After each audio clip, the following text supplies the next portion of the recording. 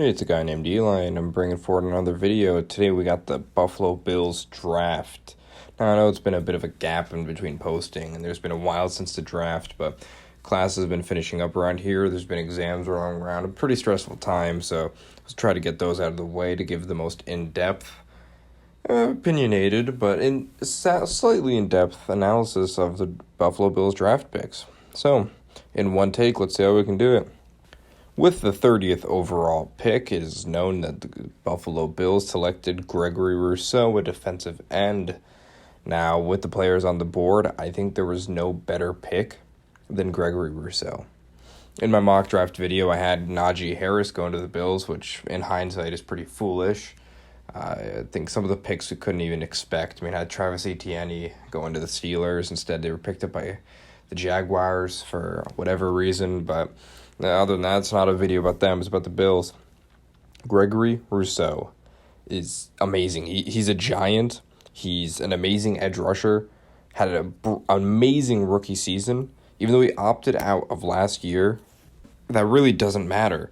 I mean, he recorded 15 and a half sacks as a redshirt freshman in his first year. That's rivaling Chase Young. And we saw how much of a breakout player he was on the Washington football team.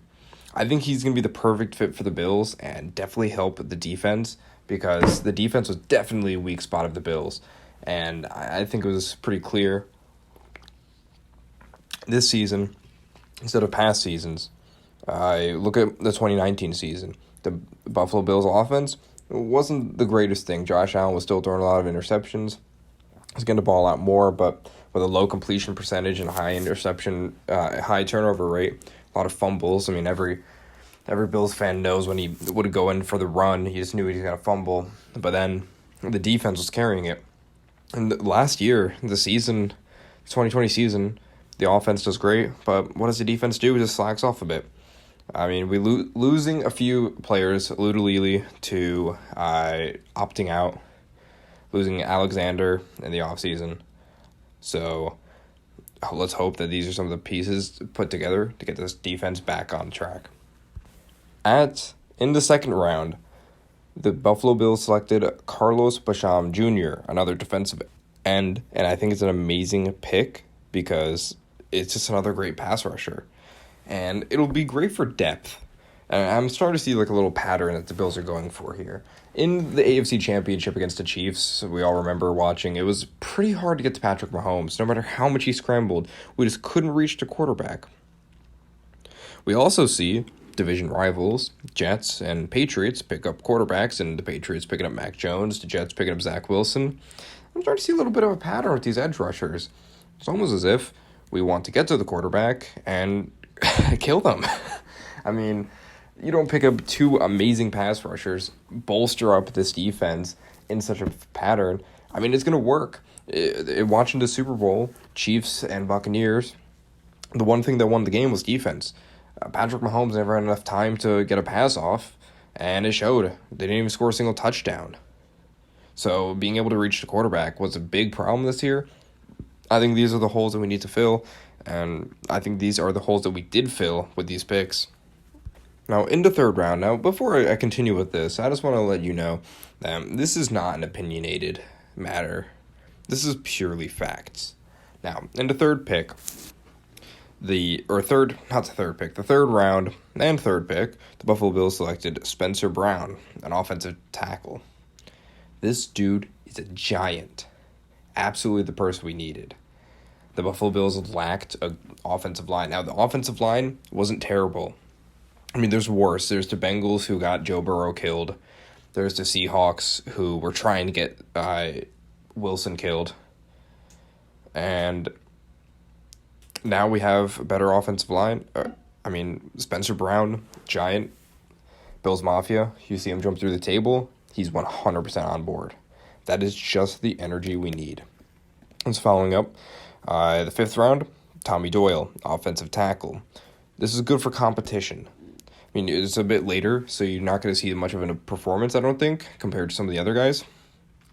But this is still going to put some of the other offensive linemen on their feet.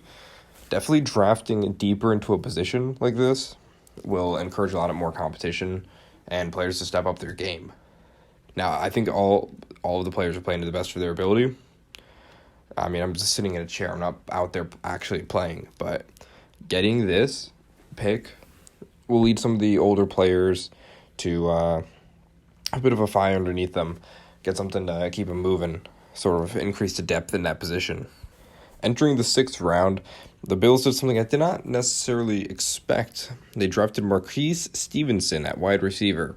Now, at first hearing this, I was a little bit skeptical. We have Stephon Diggs at wide receiver 1, Cole Beasley wide receiver 2, Emmanuel Sanders could be an easy wide receiver 3, Gabriel Davis wide receiver 4. That is an amazing core. But the more I looked into it, I mean, what is our depth? Duke Williams? Duke Williams is great, fan favorite, but not the most consistent at catching. I think Marquise Stevenson is going to be a good addition.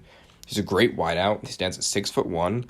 That's a great size, especially for Josh Allen, who's been known to overthrow receivers. I mean, throwback to when Cole Beasley, who was playing through a friggin' injury, had to catch balls way over his head in some points because of just the height difference.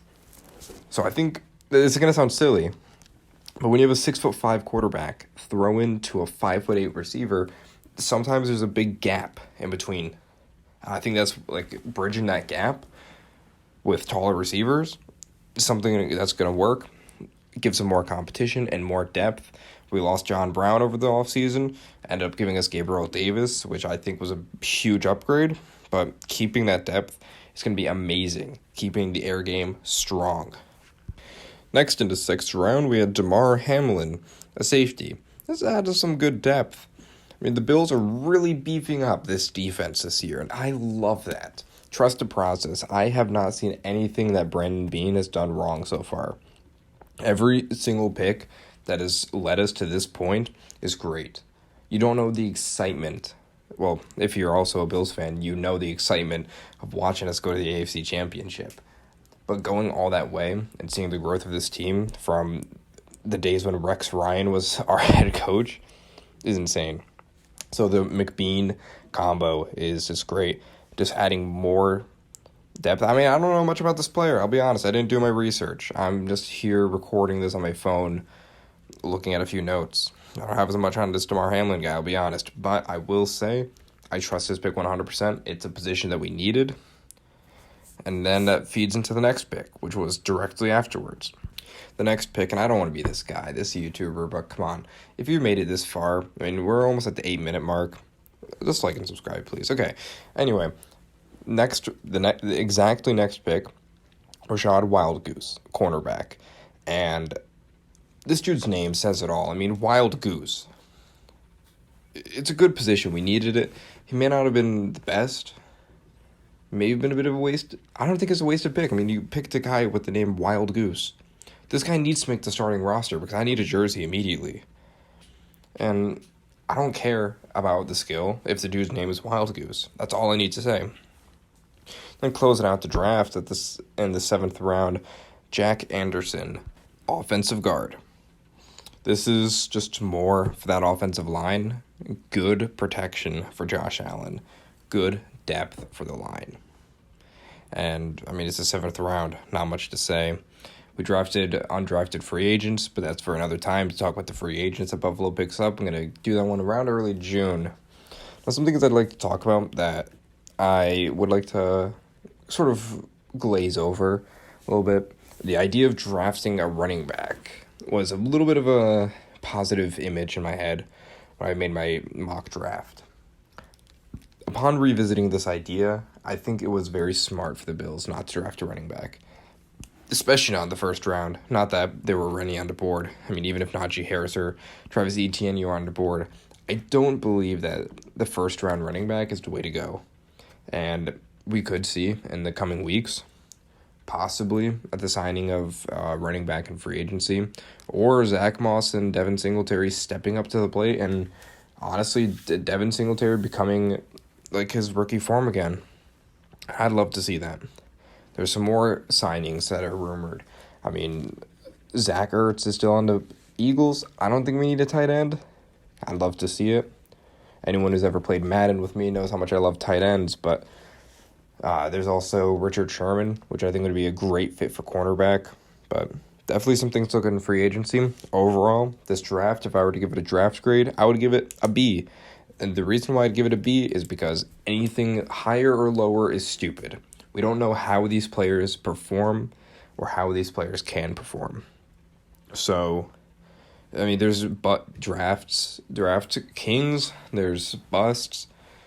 I remember Johnny Football, and everyone was going to go crazy about him. Complete bust. There was Josh Rosen and the 9 mistakes drafted before him.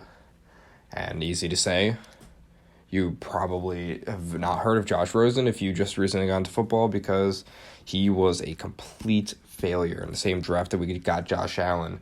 Imagine the Bills could have gotten Josh Rosen instead of Josh Allen. Just pray that thought never comes into your head again. And there's been some amazing players taken late. Stephon Diggs was a 3rd-round pick. So you never really know until after the season starts. But if I were to give my biased prediction, I would give it an A-. But in reality, it's just a B. We don't know what these players have done.